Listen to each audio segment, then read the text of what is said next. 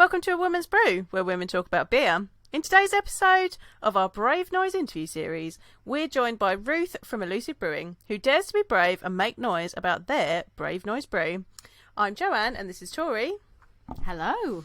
And we're two beer-loving women on a mission to get more people drinking and talking about great beer and making a brave noise. Come join us.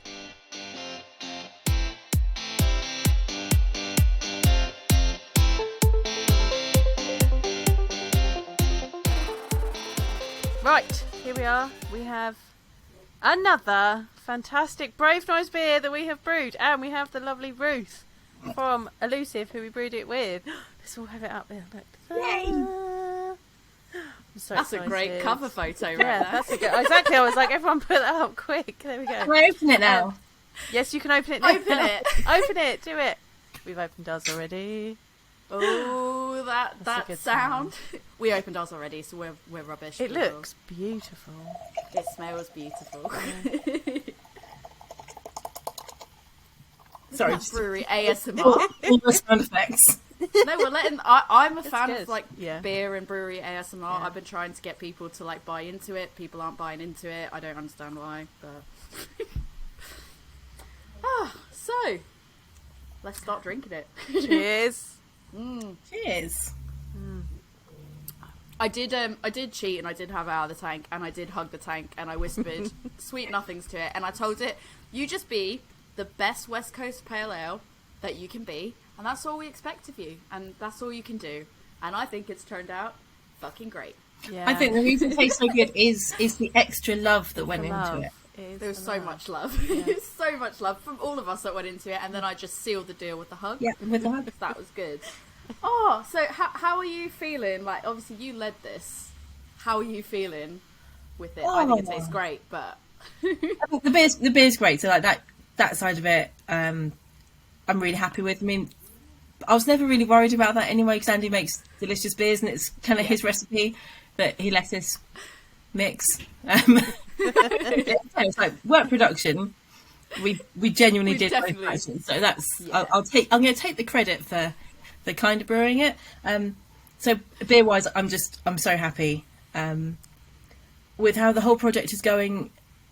Really pleased, a bit overwhelmed with the kind of like the support that we've had from people, and with kind of the feedback we've had, like even prior to launch, and the amount of people who've.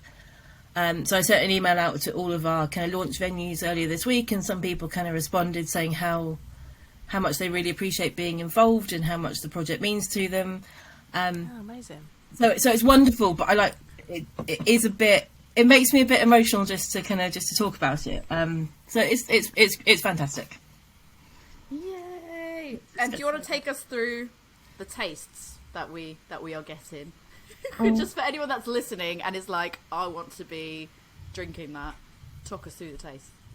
Yeah, so we went for, in terms of the beer, we went for a West Coast pale ale kind of take on the recipe. So the classic Brave Noise recipe is a New England pale, hopped with Mosaic and Sabro.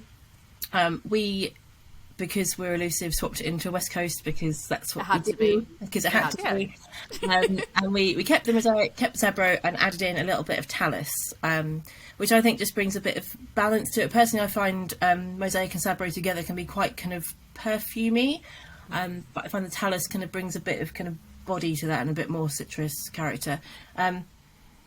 Smells delicious. That's a really bad tasting note though. I get a little bit of kind of peach and apricot and grapefruit zest on the aroma. I was going to say grapefruit for sure as well Yeah. as what I'm getting. My nose And tastes kind like of grapefruit.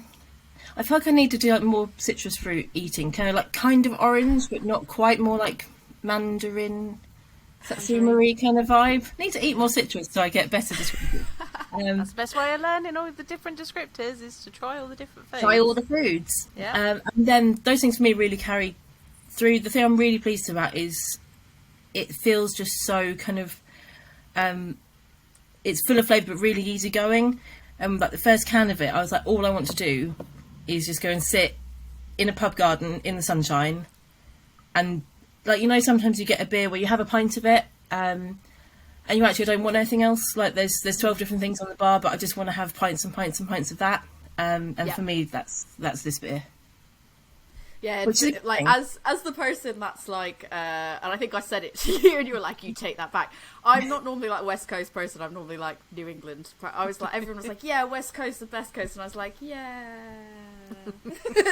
And normally for me, like West Coast can just be so like sometimes they could just be so bitter that they are just off-putting to me that I'm like, it's just too much, and I'm not a fan. But like, I do feel like Elusive as a whole, like Oregon Trail, like all those, to me, they're not so bitter. They are so well balanced that the bitterness is there, but like I get so much more than that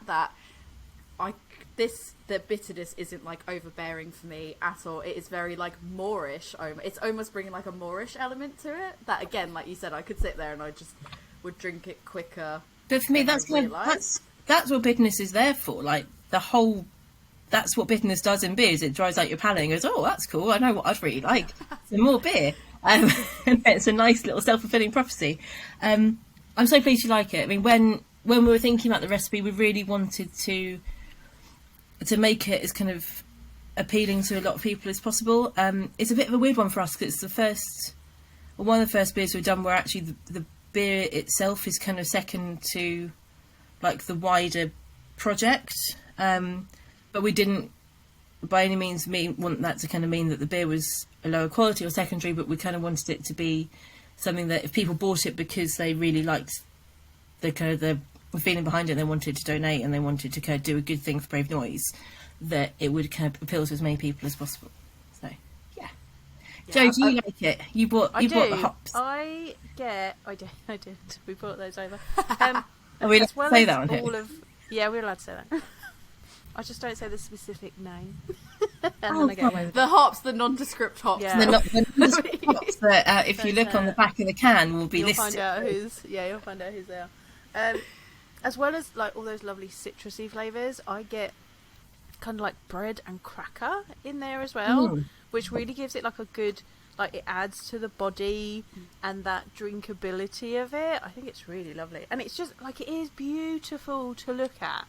Like it's not like it's almost crystal clear, but it's got these lovely little like streaming bubbles that are just kind of wandering their way up the glass, and then a lovely foamy head on it. It's a beautiful thing to behold and to drink. I'm so glad we were part of it. That's brilliant. Can you write the tasting notes for me? Yeah. Great. The like the dryness as well, like for me is just so like I love that. I love it. Like I just all of it together. I'm like, but then I feel like I feel like it's gonna come across like biased, being like it's so good. A, because I help make it. B, because you're local to me and I go down to see you guys like quite a bit. But like, so I feel like people are not gonna take my word for it. But like, Jo helped do it and brought the hops, but still like. But I think a lot of kind of care went into it. So a lot of care went in from Andy's perspective from the recipe to make sure that it kind of tasted as sort of perfect as it possibly could. A lot of thought went into it because we really wanted to have something that was in the spirit of Brave Noise, but we didn't just want to kind of replicate the same recipes. It didn't feel very kind of us, and like with the branding, we've wanted it to look like it lives in the same family, but it's not the same. And then on the brew day, kind of like the care and the obsession that everyone was like just wanting to get everything right. So it's had a lot of love, and Tori's tank hugging, but it's had a lot of love go into it. And as we've been tasting it throughout fermentation and then during conditioning, we've all just been so pleased and kind of really thinking about like the dry hops that have gone in and how we've used those. And I mean, what we actually found before we did any dry hopping or any sort of cold side additions, we were tasting it. It was like, this is really good. And we were almost kind of like, oh, we could just kind of leave it alone because like we didn't want to break it. So all of those things have kind of been really carefully thought through. And so I'm so pleased that it shows in the finished beer and that you like it so much. It was that thing where I was like, if Elusive's doing it, I feel like it either has to be a West Coast or a black IPA. And I was like, there's no way that like, it could be just the standard recipe. I was like, because it just wouldn't feel it wouldn't feel so elusive. So I'm so glad that what the decision that was made to make it the West Coast Pale is like, I feel like it was just perfect. Like, it was just perfect, especially for what people would expect to like get from you as well. So I think how you said about, if it was a case of someone was buying for the cause, they still wanted to be able to have an enjoyable beer and all that. But I think, like, actually the argument to be made is, I've seen so many arguments about not knowing what Brave Noise, still that they don't know what Brave Noise is or anything like that. So this is like the perfect way to be like, there's a brewery I love, they've done this beer, it's a West Coast Pale, I love a West Coast Pale, let's try this, and oh, what actually is a Brave Noise, and look into it. So I feel like it kind of works both Scan ways. the QR code on the back and read the stuff. It's really interesting what you say about people not knowing about it, because I think within the beer industry, I hope that most people do know about it now. The thing, it is quite a difficult thing to describe. So I've been writing a blog that's going to go out next week that kind of gives a bit more of a background on why we think that the project is so necessary. So I think for me, it's all very well, like, we're making donations to the Coven, which is fantastic. They're going to do great work with it. All of that stuff is great and is done. Sorry, I'm just showing my boobs to the camera. I've got my Brave Noise on. Tori's got her Coven hat on, and Ruth has got her Coven t-shirt on. Just for those that are listening.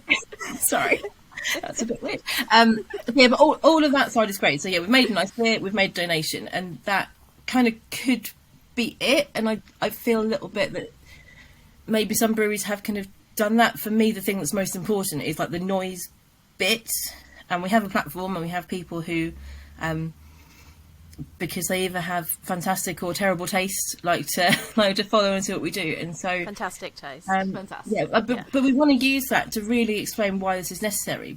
But through that, explaining what Brave Noise is in a succinct way, is actually quite difficult. Yeah, and I kind of want to find a way to do that. I have a weekend to work out how to do that in a kind of a succinct manner, because it's kind of like, it's a beer and it's a movement and it's a project and it's all these different things, and it's trying to explain that, I think, particularly to consumers, can be slightly confusing. Yeah, particularly. I'll work on that in the next 48 hours.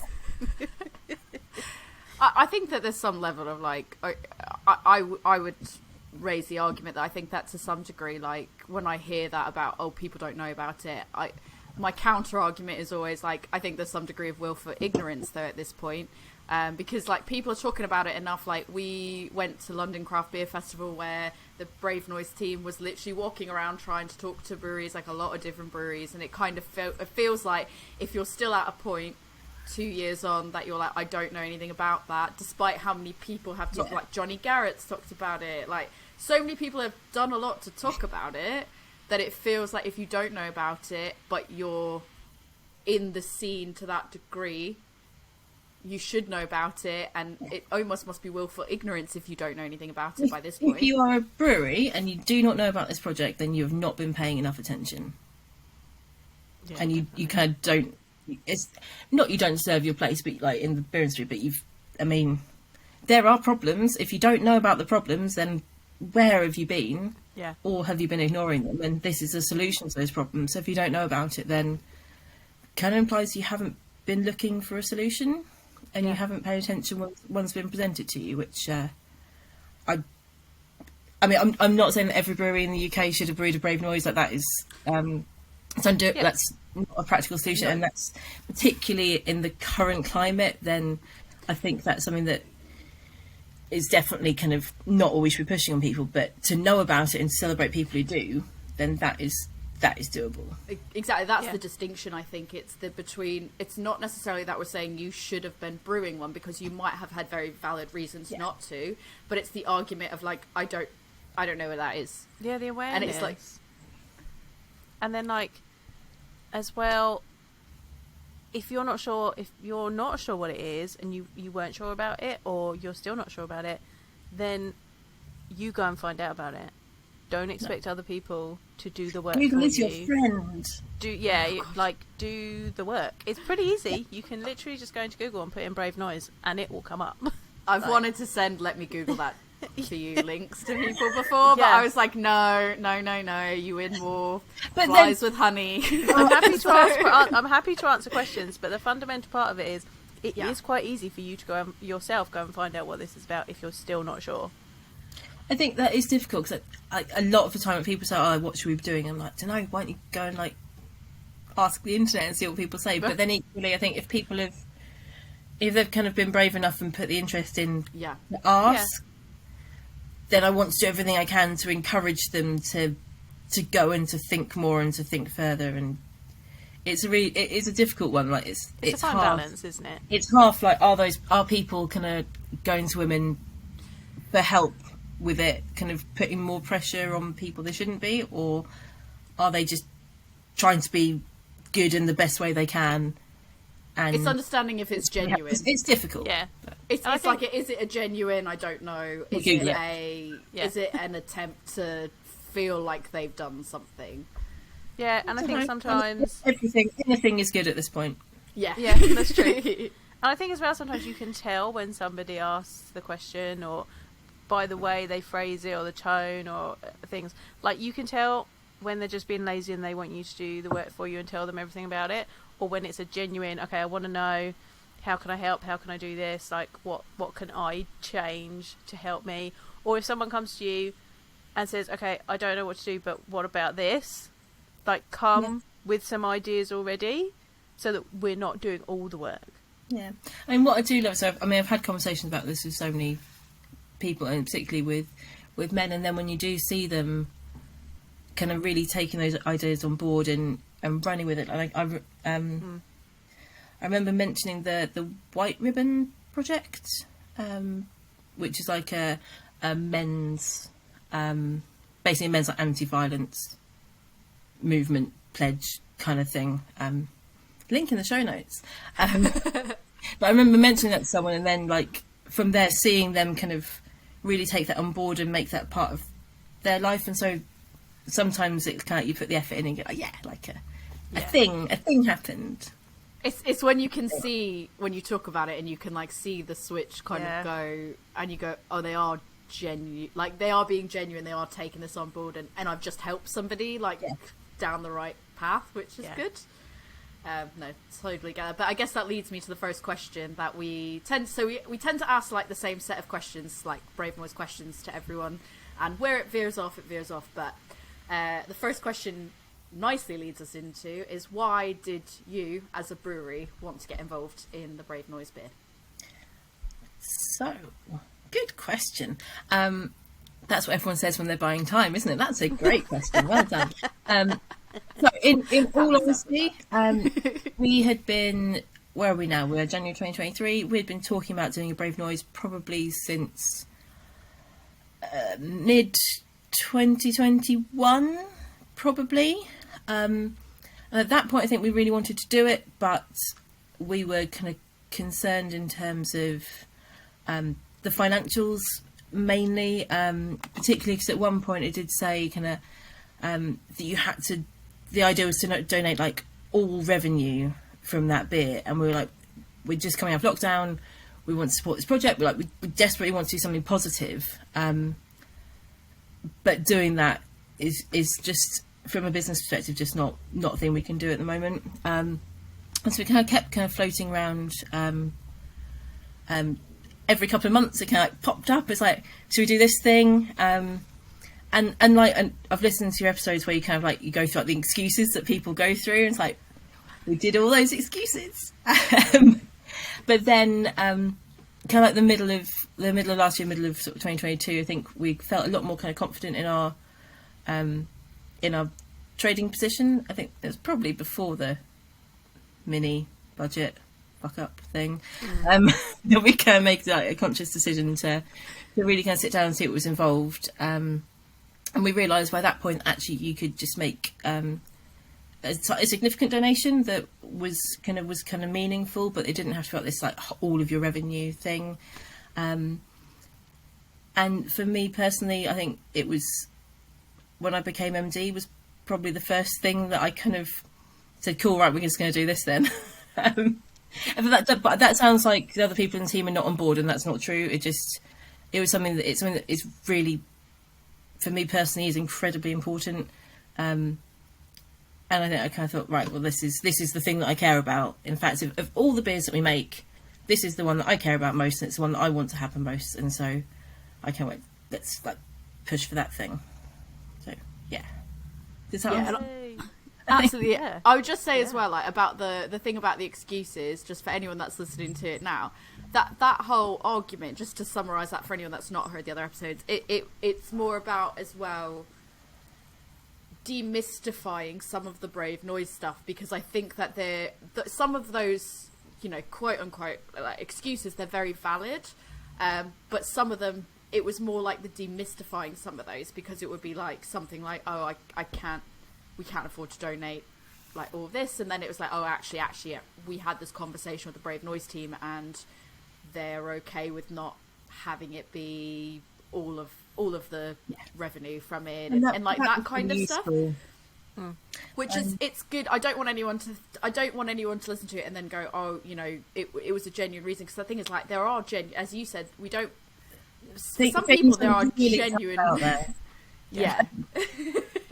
It's like it's if you kind of think about it, it almost, like, it's difficult. Like, you almost don't want to shout about being able to make a donation when you know that so many other breweries are in this position where, like, they just want to pay their staff. So, like, I think we appreciate that we're in a really lucky position to be able to do that. I do think the other thing that sort of for me and for the wider team actually, so when Brave Noise first launched, obviously, like, there was Brianne's tweet or social media post, and then there was like all this like outpouring of feeling, and then you had Siobhan doing amazing work sort of like publicising that in the UK, and there was like this massive kind of like, everyone's like says like beer me too thing, but like, this massive outpouring of emotion, which was both kind of wonderful to see, because I think it finally made people sit up a little bit and pay attention, but also it was obviously like quite difficult stuff to look at, and then it kind of, and everyone was really angry, like doing stuff and really motivated, and then it kind of went away again, and I feel that always happens. And then we just talked about this the other day, and how irate it makes us. And then something else happened, and then there's obviously Punks of Purpose, and then like the Brewdog documentary, and each time there was a thing, everyone was like, oh my god, this is awful. But then it's like, oh well, the awful is kind of, it's 10 minutes away, so it's kind of gone. And I felt like the more that kind of happened and went away, actually the more I wanted to do something. Like, doing something when everyone else is angry is great, because you get to like be part of the crowd and all shout. But actually I think it's really important to keep it's difficult, but I think it's really important to keep having those conversations when actually it's not all over social media, and it's not being talked about on Radio 4, and it's not got a documentary about it, because the stuff is still happening. So we need to kind of keep talking about it and like keep that momentum going throughout the year. It is like that worst 15 minutes of fame, but it's not 15 minutes of fame. It's just like that 15 minutes of awful news. And then the way that the media cycle works, and everyone kind of goes outrage, outrage, outrage. And then like a week later, people are like, oh, there's a new thing that's happened. And actually we forget about that old thing. And Joe and I literally were just talking about this the other day when we were getting really frustrated about something that had happened. And we were just like, but people forget all about that now. No one cares about that now, because now there's something else that they're upset about, and it can be so frustrating. And I think it's a very bold like statement to be like, well, we still care about this, so we're gonna brew a Brave Noise. Like, it's nice to see that you can still want to do it. It's, you know, you've done it, Unity's done it, Tracks, like a few different breweries have kind of like, the anger and outrage has, I don't want to say died down, because it's still there, like 100%, but just as like people aren't talking about it like they were. But they're not talking about it, and I do kind of feel like maybe like people feel that, I don't know, like, do people think it's fixed because they've had a bit of a, like, I don't know. I mean, I was asked by someone. Some people do think it's fixed. I think some people do think it's fixed. I think they're like, okay, yeah, I can go back to, you know, buying from this brewery, whatever, or this thing, because it's fine now. But I feel like you need to see, like, either we need to have seen action, because some some people haven't done any action, and it's just kind of gone under the radar, and now everything's fine. So we need to keep having these conversations and being like, yeah, no, there's still work to be done. It's going to take a long time. It's not a quick fix. But that doesn't mean that people can't get better. I mean, exactly. We had a really kind of honest conversation at the brewery the other day. I mean, so in our code of conduct, which we created because we signed up to Brave Noise, and that's one of the things that you have to kind of commit to. And that's been, for me, a really useful thing to do. So suddenly got this document that was like, cool, those are the rules. And it's really, it's much easier almost to have those kind of conversations when there's a set of rules in place. Yeah. But one of them says that we won't work with any brewery who we think has behaved in a way that we don't think is right, or has been accused of bullying or anything else. But some of those breweries that have been accused of things are breweries where we know the people, like we know the people are our friends. And we want to work with them because, like, you want to work with your mates. And it's interesting, like, we've actually had to have a conversation about, right, if we want to do something, we then need to have a really open conversation with them and say, right, this 2 years ago, this is the situation as we saw it. Please, can you talk us through what's happened? And has the situation improved? Because if it has, that's fantastic. Surely that's the whole aim of the game. That's the whole point. Things have got better. That's wonderful. But that's a weird thing to have to do. Yeah, it's awkward, but it's also it's necessary. Really, but also, I think it's a really good thing because it's all very well having a code of conduct that sits at the bottom of your website, but the actual like living it bit. Yeah. And actually, if all breweries had that kind of as a thing that they worked with and said, right, or all festivals, even if all festivals said, we will not work with anyone that we feel has misogynistic branding or has been accused of bullying or is not looking after and treating people in the right way, surely that would be just from like a financial point of view, surely that's a reason for people to get their shit together. I don't want them to have to do it because of money, but if that's what makes them do it, don't really mind. If that's what it takes, then maybe that's what needs to be done. I can only liken it to, like, it's got to be it's a brave conversation to have, and I think it's hard because, like, it is hard calling a friend out and trying to be like, let's talk through this. But the only thing I can liken it to that people that aren't within the brewing industry would kind of be able to relate to is, like, if you're out at a pub or a tap room or wherever else and you're with a friend who has been drinking a bit and is maybe behaving a little bit inappropriately, like says something inappropriate to someone, you should say to them, like, hey, that's you should say to them, like, that's not okay, like, what, let's talk, let's diffuse that situation because you care about them as a person. It's not to say you don't care about them, it's you want to be like, oh, I don't know if you realise that this happened and that's not okay, like, in future don't do that, and make sure they're actually taking the steps to not kind of make those mistakes in future. Like, you have to not be afraid to kind of have those honest conversations with your friends because you care about them. That's the only thing, like, the closest thing I can liken it to, so that someone that's not in the brewing industry can kind of understand that. But yeah, it's got to be hard, but I feel like it's a really important conversation to have. I can't imagine having to do it though, because it must be like, you must be like, the answer normally would be an immediate yes, but now you have to stop and go, actually.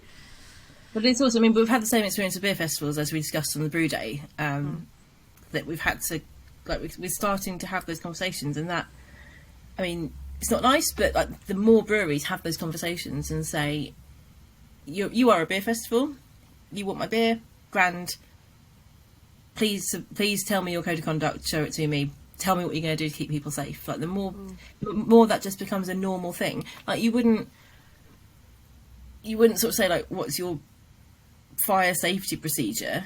Like, everyone just has it, it's normal, like, that's a standard, and having a thing that keeps people physically and emotionally safe should be a standard.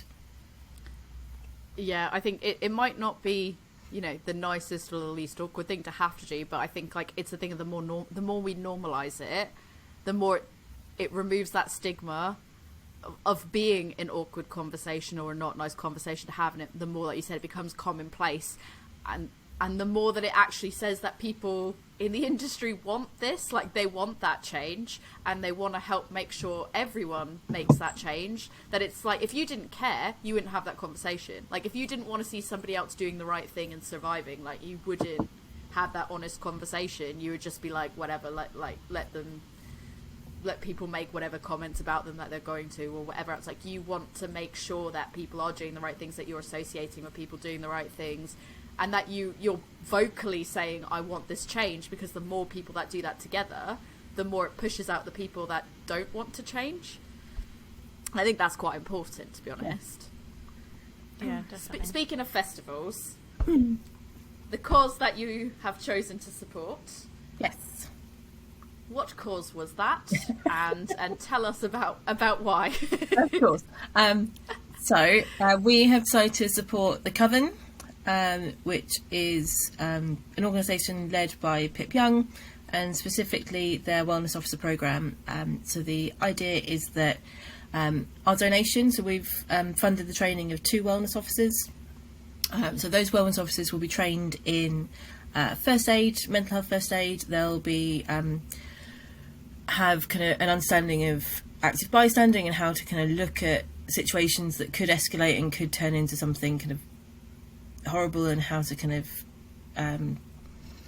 de-escalate. That's the right word. How to de-escalate those things.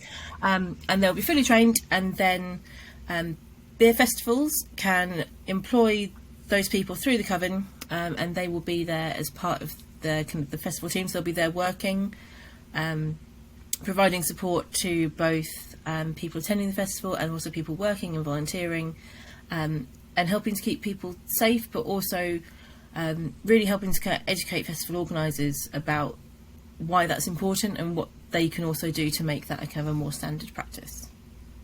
And also because Tori kept telling me about them for about 6 months, so it seemed like a really good idea. Such a good cheerleader. She really is. Literally. But in all honesty, I mean, we did think about a couple of different causes to donate to. The Drinks Trust was one, and kind of mental health charities linked to beer and not linked to beer. But for me personally, I really want to do something that was a practical thing. I hate beer festivals. I used to love them, but honestly, like I cannot. The thought of going to one now just makes me feel a bit sick. I cannot remember the last one I went to where I didn't have a negative experience of some kind. I love them because I get to see my friends and get to hang out with awesome people and drink great beer, and I hate them because I don't want a person I don't know to grab my arse or move me out of the way by my waist or talk down to me or anything else. Like, just, no. And so if there's something I can do to make those festivals better, and also to prevent the things that have happened to me happening to someone else, then all over that, jump on it, go with it. Yeah, 100%. Like we were saying, we were having a chat the other day, and we were saying how when we came out of lockdown, people had got so comfortable at home, just saying what they wanted. Lovely. Yeah, and then we all went back to beer festivals. Didn't touch you. Yeah. And you go back to a beer festival, and then suddenly everyone's forgotten that you're now back in the world with other people, and they don't want you to touch you. They don't, you shouldn't be getting in people's faces and, telling them that, oh, if I wasn't married. What if you weren't married? What do you think extra, that means? It was extra elation of I'm so excited I can be out that almost my behaviour and how poor it is doesn't matter. Yeah. Like I can grab your ass, I can put my hands on your lower back to talk to you and get in really close. I can make comments like, if I weren't married, I can, if you dare to treat me like that's inappropriate, I can tell you've misread the situation, and I was only joking. It's just banter. It's just bants, innit? Can't you take a joke? He was a bit drunk. That's not normally how he behaves. Like, yeah. But it is how he normally behaves when he's drunk, though. Yeah. Just and it's still inappropriate. And however, if he's drunk, that's just what he does with drunk. But if something happens to you, were you drinking? Because I think it's. I do find the whole premise of beer festivals I find so difficult. And on the one hand, I like the community and the I love the beer industry so much, and getting to like go and like physically be in it is wonderful. But it's such a difficult thing because like I'm always there, even if I'm like not there manning a bar. I've always got to work like head on in some way. Yeah. And there's no other industry where like loads of people get together with their peers and their customers and they all get pissed together. Like I'm sure if like the toothpaste industry, That's really true, actually. like, knock back half a bottle of vodka and sit in the room together, I'm sure shit would go wrong there as well. We work in an industry that essentially peddles a drug, but we need to find a way to still enjoy beer and enjoy what we do. And hey, getting drunk's fun. Like I like it. I'm not going to say that's a bad thing. But we have to find a way to be able to do that and interact with each other, and no one get hurt. Right, respectfully. That has to be possible. Yeah, and look after one another. Like, Yeah, be good people, even though you've had a drink. Because if we went to the pub, like if the three of us went to the pub, Yeah. we could sit there, we could drink however many pints I'm allowed to say is a responsible number. We could wake up feeling shit, and I would not have. Well, it's highly unlikely I would have gone home crying. I think that's kind of like the point. Like, Yeah. so like it's not just the alcohol, because if it was just the alcohol, every time I sat on my sofa and drank a bottle of wine, or every time I went to the pub, then something would Have a bad happen. experience. Yeah. But it doesn't. That's such a valid point. But at events, so whether they're pub events or beer festivals or whatever it is, for some reason it's different. And actually the only festival for probably like 7 or 8 years that I've gone to and gone, actually that was fantastic, was Peakender, which is run by Thornbridge each summer. And I think because that was such it was family friendly, it was dog friendly, it was like the whole vibe was different, and that was just like such a wonderful positive experience. I just felt great, and you could chat to people and there was no weirdness. And then like you compare that to like GBBF or LCBF or Craft Beer Rising or something like that, and like the whole, it's like polar opposites. So it is possible, like they've shown it's possible. That was great. Strong recommend. We'll be going again this year, taking the dog. I think we're going again as well. I know. Yay. I was going to say I saw that it was dog friendly. I couldn't do that weekend, but because I saw it was dog friendly and you can do camping It's and we so love good. camping, I was like, well, we might have to go with the dog next year. We'll see. But yeah, no, that I would have never thought about. Like, I would have never thought to make the statement that you did about like you could sit with your peers and drink the same amount and not go home crying, unless it was for a good reason, like you crying laughing, maybe. And also like But- getting drunk does make you more emotional. I'm not saying Yeah. that. The thing is, if But you're it's a overreacting to something, even if you're not reacting, it's not even overreacting. Even if you're reacting differently to something because you've had alcohol, you're still reacting to something. Like a thing has still happened. And just because if you'd had no alcohol, you would have probably gone, that was a really dick move, but you brush it off. And if you've had 4 pints, you go, fuck me, that was the worst thing in the world. The thing, whatever it was, Still a thing. still happened. happened, and it still should not have happened. Yeah. Yeah, and I think it was so the same conversation that we were having the other day in regards to something else was, I think, Ruth, we had this conversation. I made this point in the conversation I was having when I was at Elusive and we were having a beer, is the whole like, if I'm behind a bar, I'm not being like, when I'm being nice to you, I'm not hitting on you. Like, I am being sociable. I'm being friendly. Me being friendly is not hitting on you. And I think that's also something that's like really important. And I think like that's kind of the thing that Coven, to bring it back to Coven, that's kind of one of the things that the Coven can do, is like, it's not just for I've attended a festival and this thing has happened as a attendee.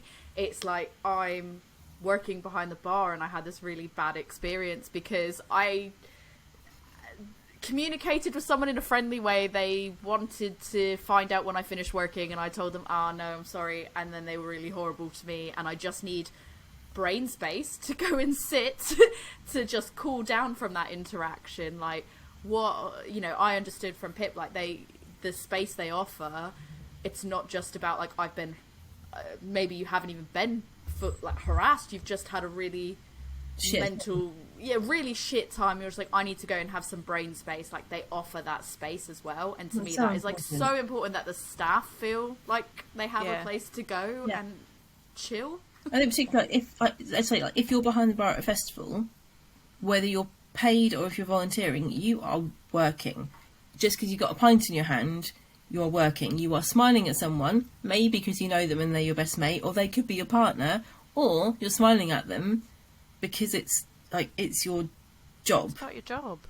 And you wouldn't, if someone was working like behind the till in a supermarket, like, you wouldn't hang out at the end of the aisle and see what time they were finishing and think that was acceptable, because that person's at work. But for us, because it looks like a pub and it feels like a pub, then you're kind of hanging out like a bit. It's like, no, but I'm working. It's such a different. Again, it's a really tricky thing to kind of try to unpack and explain. But the fact that Coven offer that kind of like a breakaway space, and also sometimes, like, you just want to talk to someone about it. Like, you just want to talk to someone and not be told you're overreacting, not be told that you maybe misconstrued it, maybe be told, it's like, oh, like, have you had too much to drink? Just to say, like, this thing happened, I'm processing that in this way, and someone go, cool, you do you and you do that, and then you go back out and do it. I think it's a no-win situation. Sometimes it's like, you might even just be smiling because you're like, you're being friendly. It's like you just like people, you want a conversation, you're being friendly. But equally, like, if you weren't smiling, the amount of times that I'm sure all of us have had the conversation about, like, you should smile more. It's like, you smile and it's a bad thing. You don't smile, also a bad thing. And you're just like, I can't win. But I think having a space to go and get something off your chest, so you can feel like you just got it out there and someone acknowledged you and validated that you're not in the wrong, is just a nice thing to have. Do you know what? I was on a Zoom, just you saying that, it's not necessarily beer related, but I was on, just to show how widespread this is, I was at work on a Zoom, on a Teams call, on a training about racism, and someone private messaged me going, oh, can you smile a bit more?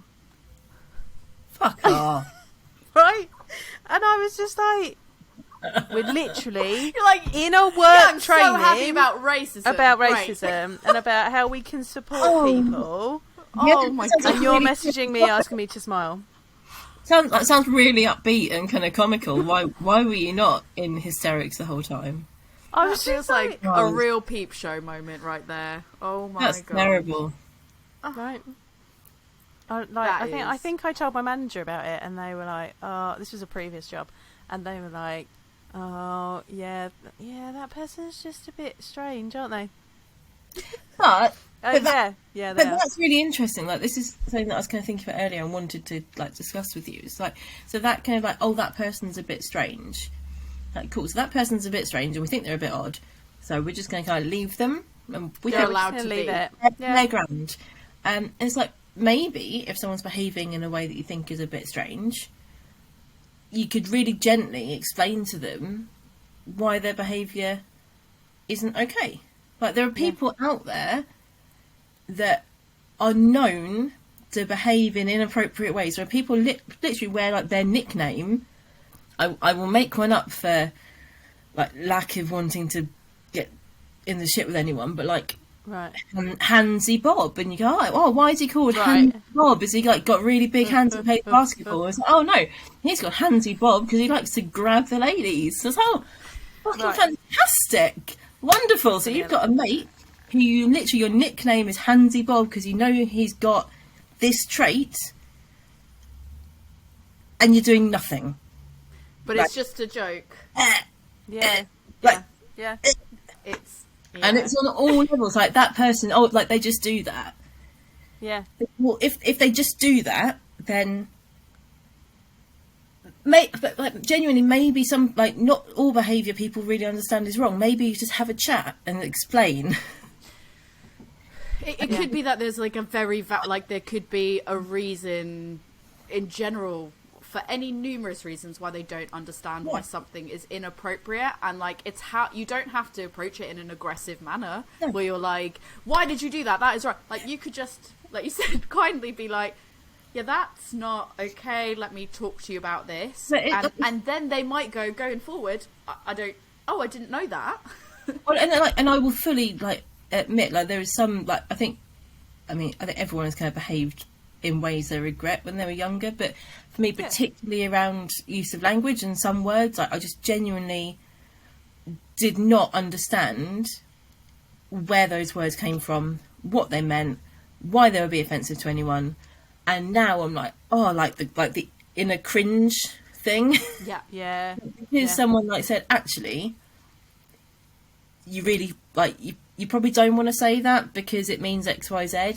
And then immediately, oh, fuck, like, what an absolute, like, how horrible have I been? And immediately you stop. So maybe these people, like, if you just said, look, tell you what, maybe you shouldn't say to women to smile, because actually, like, their bodies, including their faces, are just theirs. Like, your body is just yours, and like, we won't tell you to do anything, and you don't tell us to do anything, and then, like, we're all grand. And maybe, like, if they just thought that, it's like, cool, then the problem's solved and it's gone away. And then there's another person not being weird and sending messages on Teams and saying they're just weird. We don't have to make the excuse. If they're just weird, they don't know. It's also like, but you don't want that person to go through their entire life with people thinking they're weird when you could, like, make their life better, and you don't want them also to continue behaving in a way that's not great towards other people. Like, surely, if we have enough empathy for the other people around us, we don't want them to experience the bad things that we've experienced. 100%. Yeah. So I guess this is off my chest tonight. This is fantastic. No, this is brilliant. So this kind of for us, in a way, like, again, this is not rehearsed. You've kind of led us on to, like, the next thing, which is what are the changes that you'd like to see within the industry, and, you know, is there any specific steps that you guys have either already taken or are planning to take to help drive this from your perspective? I know obviously you mentioned you put together code of conduct, so that's probably one thing right there, but yeah, big so question. the main thing as a business is I think we're in a really lucky position. Like, we're a small team, we see each other daily, like, we all work, like, physically close to each other. There's no one's, like, hanging out in the outskirts. I've watched you and Andy literally sat opposite each other on a table on laptops, just staring at each other. That's a bit much. Maybe one just be like working in, like, a different bed. No, but it's great, and also I'm so lucky that I work with genuinely nice people. So I'm very lucky, but I'm also aware that, just like through the law of averages, if our business was bigger, then we might have more issues. But I think for the moment, the things that we really want to do are to live by our code of conduct. So if we are attending a festival, then we want them to have a code of conduct in place. And kind of reminds me of a couple of people that we've, like, it's difficult because, like, you say yes to people because, oh yeah, like, you're a mate and we know you're cool. So it's like, yeah, I'm really excited, and then I'm like, oh, and it's just this little admin thing. But it's great because we're committing to things happening in, like, July and August, and if they don't have a code of conduct now, that's grand because they can write one and then everyone's happy. So I think that's really important, and that helps to kind of spread that message that it's a good thing. Brilliant. We won't work with people, as said, where we think that they're not treating their employees or their customers in a way that we want, or not we want, that sounds terrible, in a way that we think that they should be treated as fellow human beings. That's a better way of putting it. From a personal perspective, I think the things that people can do better are, I've said this, I will keep saying it until it happens, like, talk to your mates. Specifically, men, talk to your friends. Even if, like, you're not close friends, like, I'm assuming that, I know, like, male friendship groups are kind of different to women, like, they don't seem to like other people that much. It's a broad statement. But like I'm sure, like, 20 people, and I'm willing to guess that one of those 20 people, maybe at some point under the influence of something or other, has maybe not behaved in a great way, or has told a joke that's not that funny, or has said something that could be offensive to someone if they heard it and it was related to them. It's like, so when that thing happens, tell them. Just say something. Don't cut them out. Don't ignore it. Don't go, oh, that's shit. Like, I don't like that, but I don't want to do anything. Like, if you're friends with Handsy Bob, whatever his name is, I've made up. Jesus, then talk to this. Stop being handsy. Talk to this person. Like, don't bring them to beer festivals for the love of God. Have an intervention with Handsy Bob. Yeah. But the people that are behaving badly, they've got friends. Like, they're not in this place on their own. They know some, like, even if they only know one other person, like, they're not a thing on their own. And the longer you just kind of let that behaviour slide, the longer they think it's okay and that you find it funny. And it's like this whole argument that, oh, like the problem in the beer industry is with older people, and they've got old-fashioned views and eventually they will die out. It's like, well, firstly, to be honest, the scariest things I've had going on in the beer industry happened to me have all been with younger people. Like the older people, yeah, it's a bit weird, but I kind of know it's coming from a non-threatening place. Doesn't mean it's okay. And have started to kind of tell them it's not okay, difficult, awkward, horrible, etc. But that kind of, I think that's a bit of a kind of ignoring the problem. But also with... And it's a cop-out, no? I would just wait such for a it to cop-out. die out. It's doing Like, no one favours either. No. But also, but with older people, if they do behave in an inappropriate way or a way that is old-fashioned or offensive, or they say something... I worked with someone who thought that calling something, like, if something was bad, they called it gay. And I'm like, oh my word. Like 20 conversations about why this is not okay anymore. It's never okay, actually. but why this is not good. It's like, but ignoring those people, all that happens is the people that come up behind them, who work for them, who see them, who respect them, who look to them as aspirational people, they look at their behaviour and they go, cool. That is okay, because all these people around them are all letting them do it and they're all laughing. So therefore, that's fine. And actually then when those people die, or are not in the industry, or retire, or go to Tenerife to turn orange, whatever happens, the people that have hung out with them for the past 10 years have now got their views. And then it goes on and on and on and on and on. Absolutely. I've got a friend, I know somebody that is... like that, where the environment that they work in is very toxic masculinity for sure, and it's to the point that, like, you'll be out somewhere and they'll say something like, that's not okay, and I've, like, definitely corrected them on some of those things, and I know, like, people I've been with have also been like just like, how, what, I cannot believe that was just said.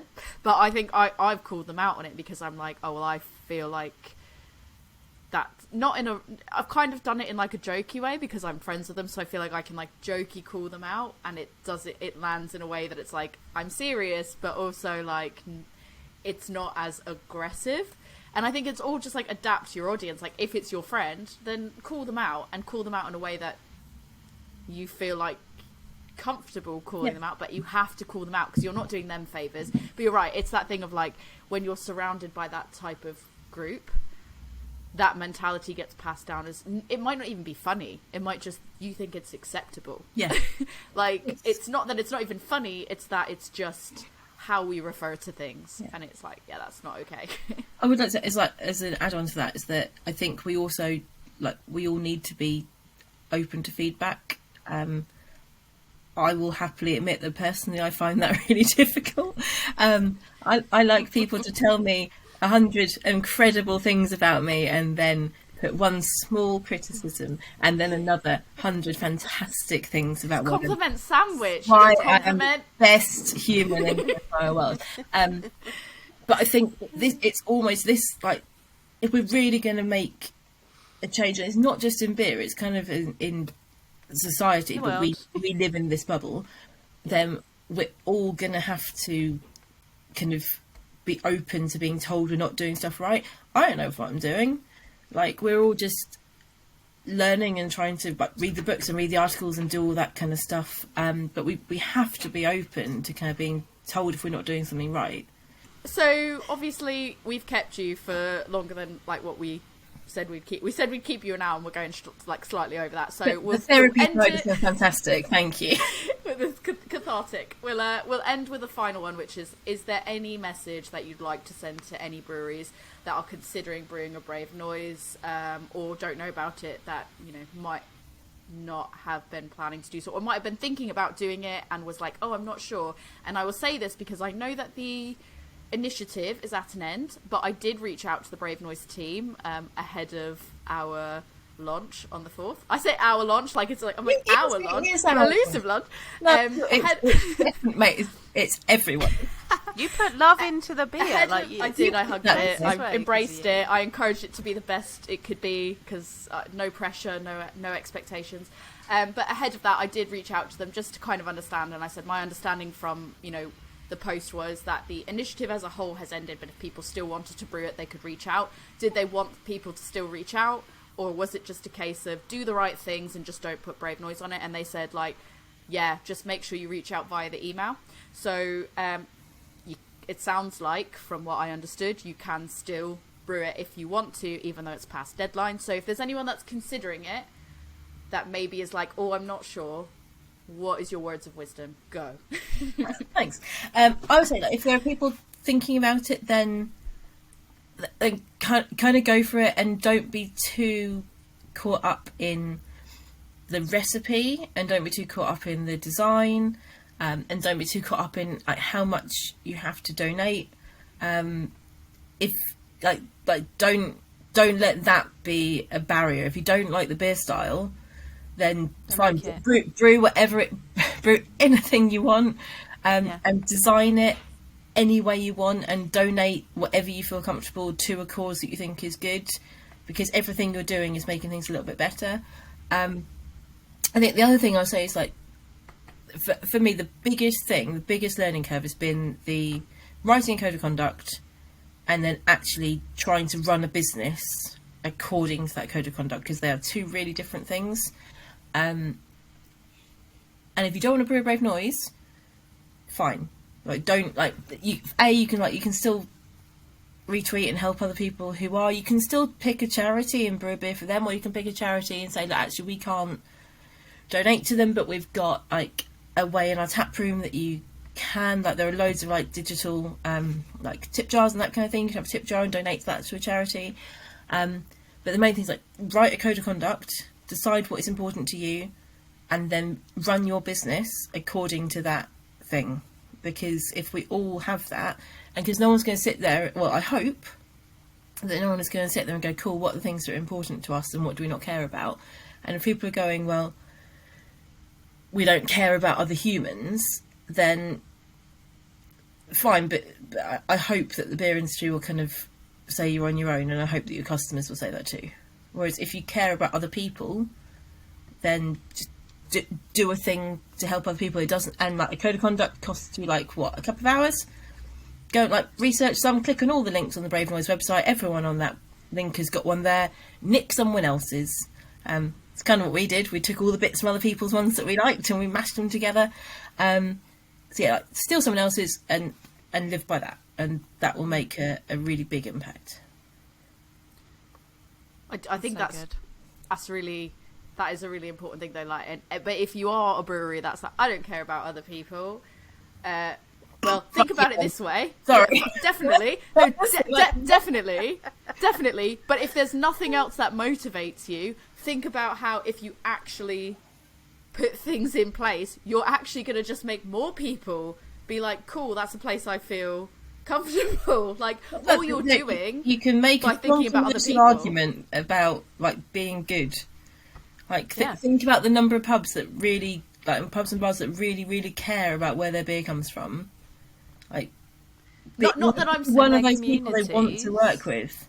Absolutely, and I'm not even suggesting that it's like, oh, I want to frequent someone that doesn't care and is just doing it to like, tick a box by any means, because that is the exact opposite of like personally what I'm interested in. But it's like, if I can't make any other argument for you as to why to do a code of conduct, it's like, think about like, it's only good for business. Like, making a code of conduct is good for your business, because it just shows to people that, like, especially if you are a person that's doing all the right things and you just don't have that, and you're like, well, that's just going to be better for your business. It's great for so many things. Like, it's great to be able to say to customers. It's great for our perspective to be able to say to our taproom customers, like, we will do these things. Like, this is not acceptable to us. We will do these things to keep you safe. But like, imagine if you were recruiting, like, you want to recruit someone, and that's cool. So you've got this document that you can show to any respective candidate, prospective Yes, candidate, and go, this is how we run our business. These are the things that are important, and you've got it there and it's written down. You don't have to think about it. It's like, yeah. And then you're going to get someone who goes, cool. I'll tell you what, maybe it's not even like you're paying the best salary. Should pay people well, but like, there are things that are important, and people go, actually, yes, if that's how you run your business, I want to work for you. Yeah. Caring about people just pays in dividends, and it's good for everyone. So it's like, just care about people. No, that was brilliant. I know you have, because I was going to say, is there anything you want to plug? I know you've got a list of all the places that are carrying it. We're launching a beer on the 4th of February, and I want people to buy it. That'd be great. Mine's gone. That's how good it is. I drank it. That'd be fantastic. I do have a list of venues that we are. So we are officially launching at Hoppy Place in Maidenhead, which is a lovely venue. Dave and Naomi are awesome. They have a code of conduct. You can find it on their website. And it's managed by Charlotte, who is an absolute rock star. So we will all be there. But there's also 20 plus other venues where you'll be able to buy the beer, all on the 4th of February. Should I read those out? Go for it. Cool. This is broadly going from north to south and from east to west, but I mean, don't get me for the order. So we've got Against the Grain in Edinburgh, who've got cans. Cap and Collar in Saltaire have taken beer on keg. You've got Hop Hideout, run by wonderful Jules. Dodo and Hamwell Brewery Market in Twickenham. Hop and Vine in Ruislip. The Green Goddess in London, also in London, you've got Hot Burns and Black, the Rusty Bucket, the Pelt Trader, then a Hoppy Place in Maidenhead and in Windsor. Closer to us in Berkshire, you've got the Ale House in Reading, Greyfriar in Reading, Castle Tap in Reading, the Fox and Hounds in Caversham, the Grumpy Goat in Reading, the Hive in Crowthorne, Tories local, the Tuppenny in Swindon, Belgium and Blues in Southampton, Olaf's Town in Woolston, West Street Ale House in Southampton. No, they're not. They're in Fareham. Sorry, West Street Ale House in Fareham. Bookshop Ale House in Southampton. Beer No Evil in Worthing. Corks of North Street in Bristol, and Pops and Hops in Cardiff. And maybe some more. Check out our website, blog type thing.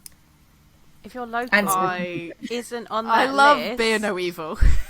if your local isn't on that list, name's and you want amazing. them to have this beer, can they get a hold of you to get some? Yeah, just email Yeah. beer@elusivebrewing.com.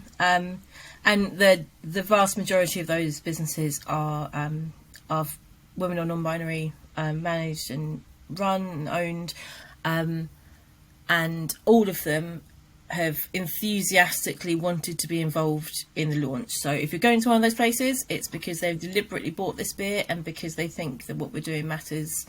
So even if you don't go and buy the Brave Noise from there, then go and support them. They're all awesome. I went into the Hive the other day, and one of the people that was working that I know was like, "We got the Elusive Brave Noise coming in," and I was like, "I'm hoping you did." And they were like, "It's coming in, it's coming in." I was like, "Good." Brewery Market got a hold of me this week, and we're just like, "We're getting the Brave Noise." I was like, "I saw you were on the list." I'm guessing people can also order them direct from you. Yeah, you can order online if they or want anything else as well. Order online, or we have a tap room, and you'll be able to pick up cans from the 4th, and I think we'll also have it on keg on the 4th as well. But I would say for this year, then like go and support one of those amazing businesses that actively wants to support people trying to make things better. Yeah, absolutely. Amazing. And I want to try it on keg. Yeah.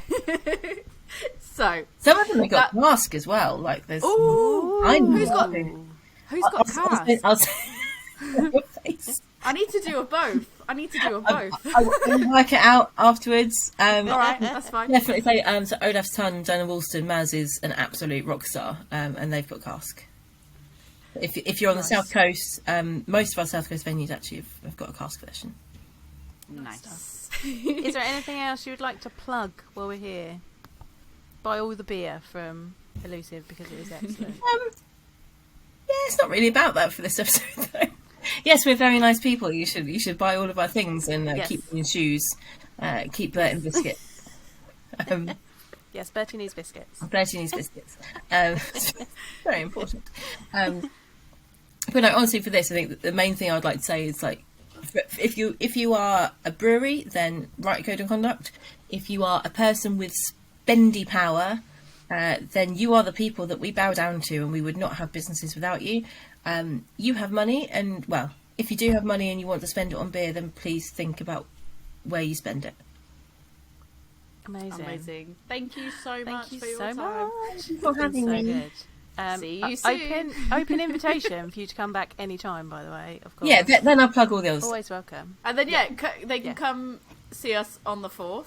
Yes. Yes, we're all All going of to be us there will on be the in 4th. one spot. Come We'll all see be in us. Come Maidenhead. say hello. Yeah. Don't be weird. Just say hi. Yeah, just That was say a hi. forwards by that point. It'll be fine. Cool. Look forward to seeing you soon.